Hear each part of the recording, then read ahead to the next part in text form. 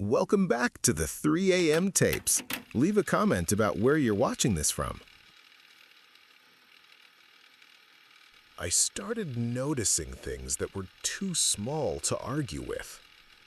At first, it was just the lamp.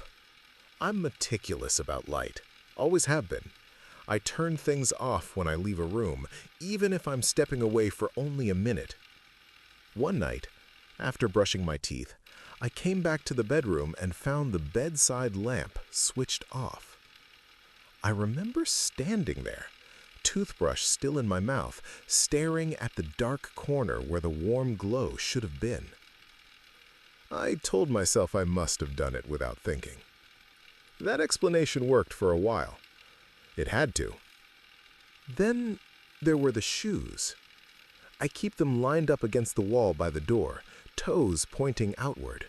It's a habit I picked up years ago and never dropped. One evening, after work, I noticed my sneakers were angled slightly inward. Not moved far, just enough that I had to stop and look twice. Again, easy to dismiss. Tired brain, autopilot. The strange part wasn't the individual incidents, it was how they matched my routines.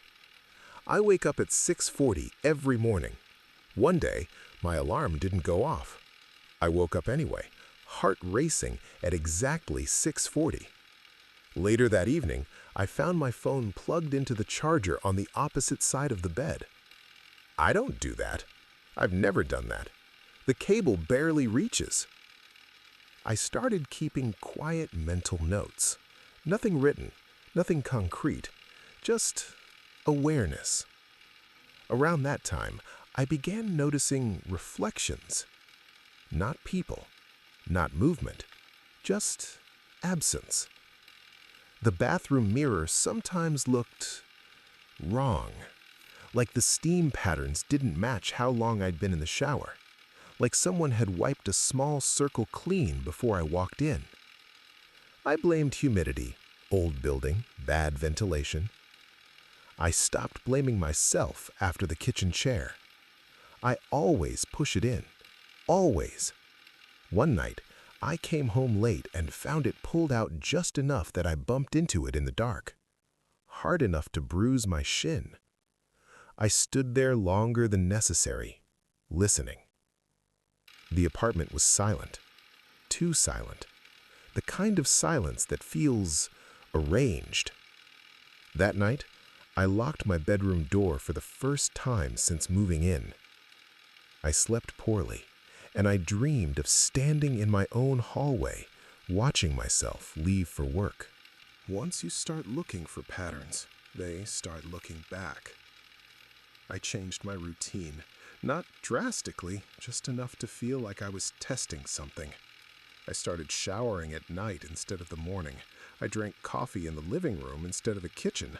I took my shoes off in a different order. The details kept adjusting. When I showered at night, the bathroom light was off when I came back the next morning. When I moved my coffee mug to the living room, the coaster followed. When I left my jacket on the chair instead of hanging it up, it ended up on the hook anyway. Not immediately. Never immediately. It was like someone was correcting things after I left the room. The most unsettling part was how thoughtful it felt. Not invasive, not careless, just attentive. I began to notice my habits being mirrored in subtle ways. The way I fold towels, thirds, then halves. One evening, a towel I hadn't used was folded that way. The way I leave the volume on my TV at even numbers only.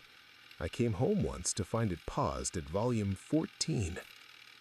I checked the locks obsessively, installed a cheap camera pointed at the front door. It never caught anything.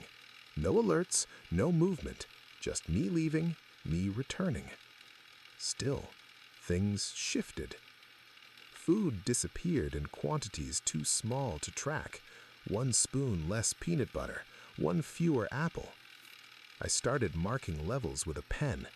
The marks moved. Sleep became difficult, not because of fear, because of certainty. There is a specific feeling you get when you realize someone knows when you're pretending to be asleep. One night, I stayed perfectly still. No breathing adjustments, no swallowing, nothing. I held that position until my muscles ached. In the morning, my blanket was folded at the foot of the bed. I don't remember doing that. I stopped inviting people over, not out of paranoia, out of embarrassment. How do you explain that your life feels edited? The apartment didn't feel unsafe. That was the worst part. It felt curated. I finally accepted the truth on a quiet Sunday afternoon. I had gone out for a walk. No phone, no wallet, no keys except the one to the building. I wanted to be unpredictable.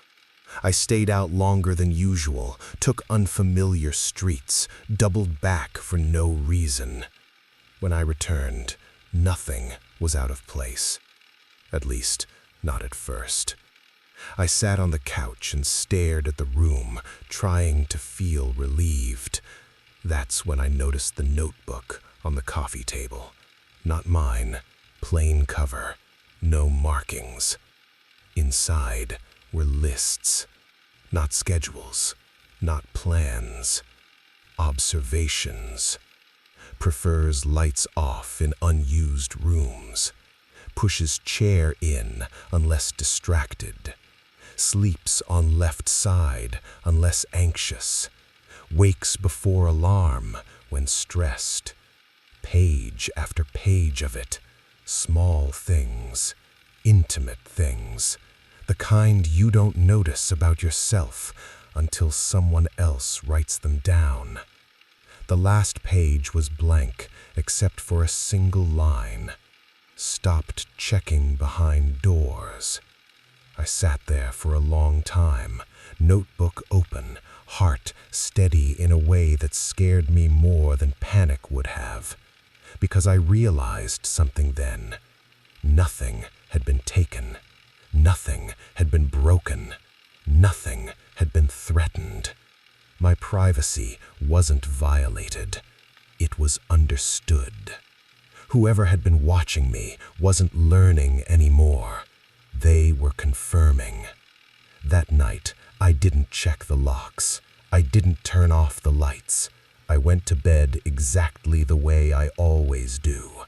And in the morning, everything was just as I left it, which is how I know they didn't need to be here anymore.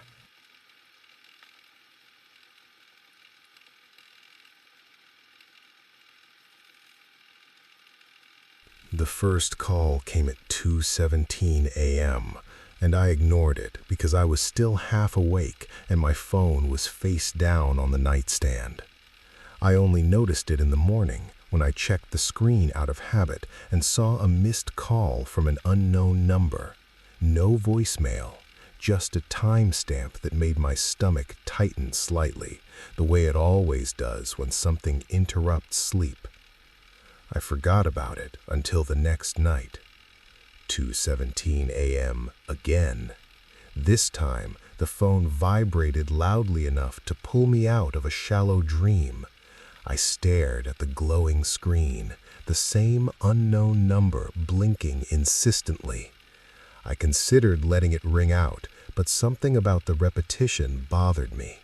I answered, "Hello?"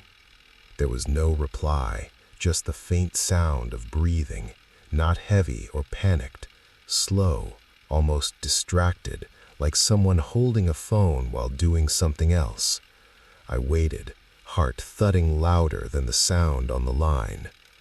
"Wrong number," I said, and hung up. The breathing stopped immediately. The next night, I received a voicemail instead of a call. It was 11 seconds long. I played it 3 times before I realized what I was hearing wasn't static. It was ambient noise, my ambient noise, the low hum of my refrigerator, the distant traffic from the main road. At the very end, a soft click, like a tongue against teeth. I told myself it was coincidence, that someone lived in a similar apartment, same appliances, same street layout. Cities are full of repeating sounds. Over the next week, the calls continued, sometimes silence, sometimes breathing. Once a voice said, "You left the bathroom light on," and then disconnected. I checked, the light was off. That was when I started locking my bedroom door at night, even though I lived alone. The calls never came during the day, only after midnight, always from the same number. Blocking it didn't help. It still rang, still left voicemails, slipping through like the setting didn't apply to it. I tried calling the number back once. It rang endlessly, no voicemail, no answer. On the 8th night, the voice spoke again. "You should turn your phone over," it said, calmly. "The screen is lighting up the room." I was holding the phone in my hand, face up. I didn't sleep at all after that. Once you start looking for patterns, you find them everywhere. That's what I told myself, anyway. It helped me feel less crazy. The calls started commenting on things that had just happened, not dramatic things, small, forgettable moments. You hesitated before sending that message. You almost went back for your keys. You're standing too close to the edge of the platform. I stopped answering, but the voicemails kept coming. Each one felt closer somehow, more specific. One afternoon, while brushing my teeth, my phone buzzed on the counter. A text from the unknown number. "You're using too much toothpaste." I stared at the mirror, foam dripping down my chin, and felt something cold settle behind my eyes. I checked the apartment, every room, every closet, the balcony. Nothing. No signs of entry, no missing items, no hidden cameras I could find, though I wasn't even sure what I was looking for. I started leaving the TV on at night, just for noise. It didn't matter. The caller cut through it effortlessly. "Turn the volume down," a voicemail suggested one night. "You're missing things." Another message arrived while I was lying in bed, staring at the ceiling. "You're thinking about changing your number again." I hadn't told anyone that. I hadn't even said it out loud. It was just a thought, fleeting but persistent, like an itch. That was when the idea of a human stalker stopped making sense. No one could be everywhere. No one could know what I was thinking before I acted on it. And yet, every explanation I came up with felt worse than the last. On the 12th night, the phone rang while I was in the shower. I didn't hear it, but I saw the missed call notification afterward. There was a voicemail. I played it. It was the sound of running water, my running water, and underneath it, faint but unmistakable, my own breathing, slightly delayed, like an echo that didn't belong to the room. At the end, the voice whispered, "You forgot to lock the door." I checked. The front door was locked, but the bathroom door was open. I don't remember deciding to leave. I just remember standing outside my apartment building at 3 a.m., shoes half-laced, phone clenched so tightly my hand hurt. I told myself I'd go anywhere with people, a hospital, a police station, somewhere bright. The phone rang as I reached the sidewalk. Unknown number. I answered without thinking. "I can hear you breathing harder," the voice said. "You always do that when you're scared." "Who are you?" I asked, and my voice sounded wrong, like it belonged to someone else. There was a pause. Then, "You're not supposed to notice yet." I started walking faster. "You don't need to run," it continued gently. "You never have before." I stopped. "What do you mean?" I whispered. The voice lowered, almost fond. "You check the locks every night. You replay the messages. You tell yourself it's stress. That's how you always do it." "Always?" I said. "You're doing better this time. Last time you didn't last this long." The line went dead. I don't remember getting back inside, but I woke up in my bed just before morning, phone on my chest, screen dark. No missed calls, no new messages. For the first time in weeks, there was silence. I thought it was over. Then my phone buzzed with a notification from my own number. "Did you sleep well?" The typing indicator appeared immediately after. It's still there as I write this, blinking, waiting. And the worst part is, I don't remember unlocking my phone.